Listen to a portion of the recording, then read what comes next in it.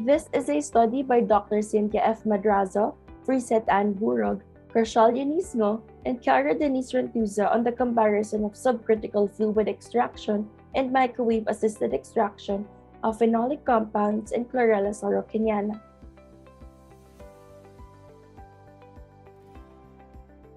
Introduction. Phenolic compounds are secondary metabolites that contribute in the reduction of oxidative stress in the body. Its potential benefits as functional ingredients are currently studied to serve as replacements to synthetically derived compounds. The presence of phenolic compounds in microalgae and the abundance in the environment makes these microorganisms a viable feedstock for extraction. Among the various types of microalgae, Chlorella sorokiniana is one of the promising feedstocks for extraction due to its tolerance to extreme stresses, resulting in higher production of phenolic compounds. At present, these compounds can be isolated through non-conventional methods such as subcritical fluid extraction and microwave-assisted extraction. These methods were found to increase extraction yield due to improved solvent penetrability into the sample and accessibility to cell wall-bound polyphenols. Hence, this study aimed to investigate the presence of phenolic compounds in Chlorella sorokiniana using non-conventional methods, particularly subcritical fluid extraction and microwave-assisted extraction. Methodology. Non-conventional extraction methods were done in this study, specifically subcritical fluid extraction and microwave-assisted extraction. In subcritical fluid extraction, a biomass sample of 0.2 grams was mixed with 50 milliliters extraction solvent in a glass vessel, was loaded into a stainless steel reactor, and was then closed tightly. The reactor was purged with nitrogen gas to remove air in the reactor and to regulate the pressure inside so that the solvent is maintained in a liquid state at these set high temperatures. The power switch was then turned on to start the extraction for 15 minutes. The time of extraction starts when the temperature controller stabilizes at the desired temperature. Therefore, the temperature was manually adjusted first until it stabilizes at 100 degrees Celsius and 140 degrees Celsius. After 15 minutes of extraction, the power was turned off, and for safety purposes, the nitrogen tank was first closed before detaching the reactor from it. The reactor was then quenched in an ice bath to stop further reaction, and the extracts were collected after. MAE, on the other hand, was done separately and simultaneously. Again, the process proceeded by suspending 0.2 grams of dried microalgal biomass in a 50 milliliter extraction solvent and was thoroughly mixed in a glass vessel and was placed into the microwave oven. The power source was turned on and the temperature was set to 60 degrees Celsius and 90 degrees Celsius. The timer was set to 15 minutes and the sample was then irradiated at approximately 400 watts and collected after the extraction. Folin-Ciocalteu method was done to determine the total phenolic content. The FC method follows this process. For the samples that use water as an extraction solvent, an extract sample of 0.25 milliliter was diluted with 0.25 milliliters of water, while 0.05 milliliters of sample was diluted with 0.45 milliliters of water for samples that use 90% ethanol as an extraction solvent. The 0.5 milliliter diluted sample was then mixed with 1 milliliter of Folin-Ciocalteu reagent. After 5 minutes of allowing the reduction reaction to occur, 1 milliliter of 15% weight per volume of sodium carbonate was added to the mixture to reduce the amount of precipitate that can form, which may result to high turbidity. Thus, this was left in a dark room for 15 hours for complete reaction and high percentage absorbance. The absorbance of the samples were then determined at a wavelength of 765 nanometers using UV visible spectrophotometer, and the extraction yield was expressed in milligram of gallic acid equivalent, GAE, per gram dry weight of biomass. For the data interpretation, the effects of temperature and solvent extractor for both extraction methods SCF and MAE on the total extraction yield of phenol compounds from C. sorokiniana were observed using two-way analysis of variance per ANOVA. The significance of the effect of the temperature and extraction solvent on the total extraction yield of phenol compounds were determined and analyzed by analysis of variance using Design Expert 13 software. I will now be discussing the results of our experiment. So based on our experiments, we tabulated the extraction yields from Chlorella sorokiniana using the two extraction methods. These were expressed in terms of the milligram gallic acid equivalent per gram dry weight of Chlorella sorokiniana.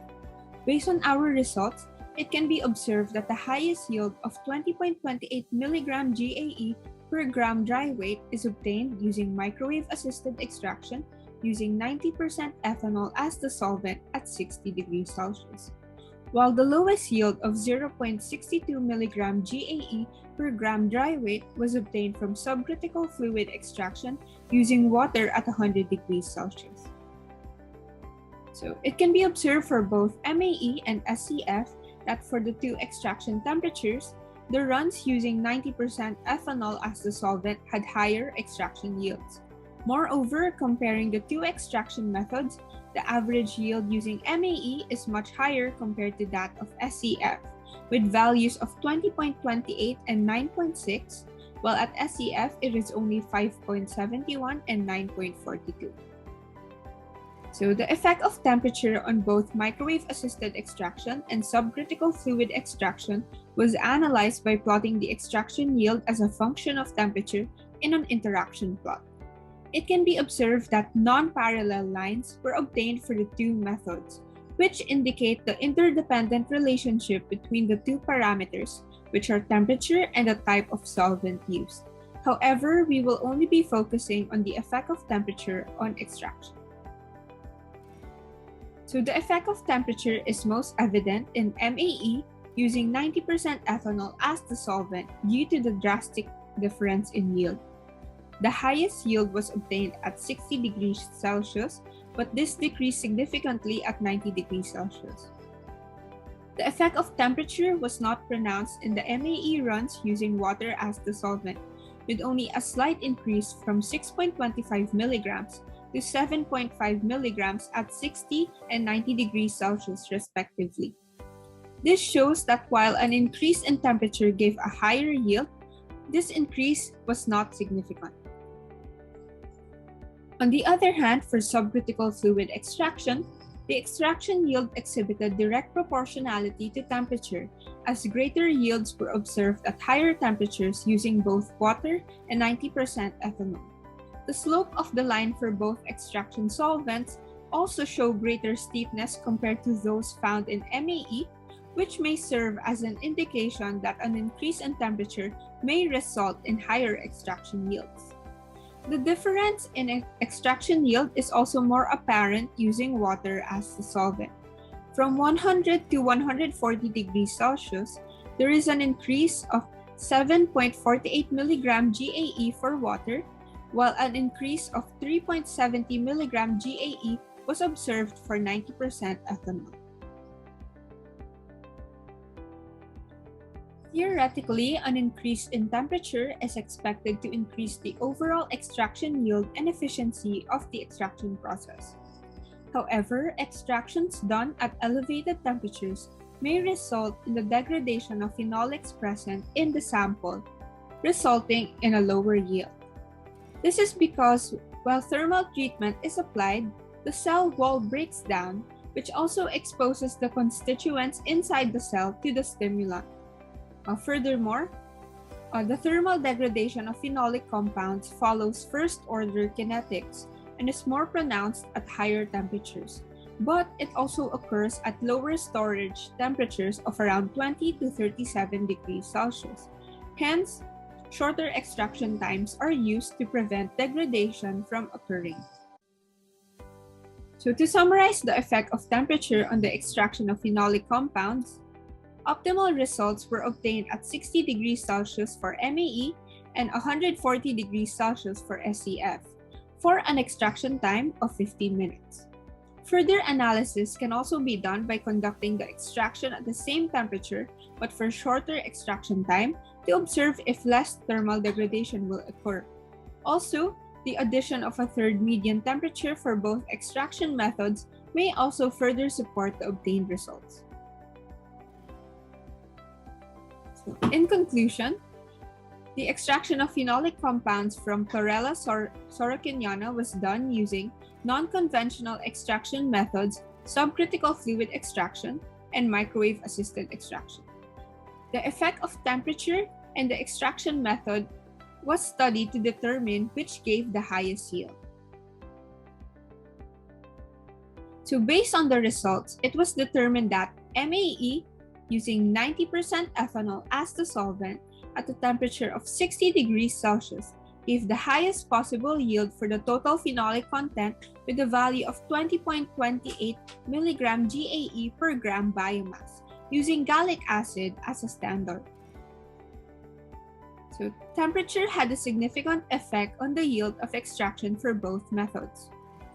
In terms of temperature, it was observed that increasing the temperature results in a higher yield for both MAE and SCF. However, this was not observed in MAE using 90% ethanol as the solvent. This is because the second extraction temperature of 90 degrees Celsius was above the boiling point of the solvent, which resulted in the evaporation of the solution. So the effect of temperature on extraction was also much more evident in SCF compared to MAE, and furthermore, degradation of phenolic compounds may have occurred during the extraction process, with the possibility of side reactions such as the Maillard reaction occurring. However, the occurrence of these reactions were not confirmed, and further testing is still necessary to confirm if they really took place. Overall, this study has shown the effect of temperature on the extraction of phenolic compounds in Chlorella sorokiniana, and it was also able to compare the extraction yield between two non-conventional extraction methods, subcritical fluid extraction and MAE. Thank you for listening. That concludes our presentation.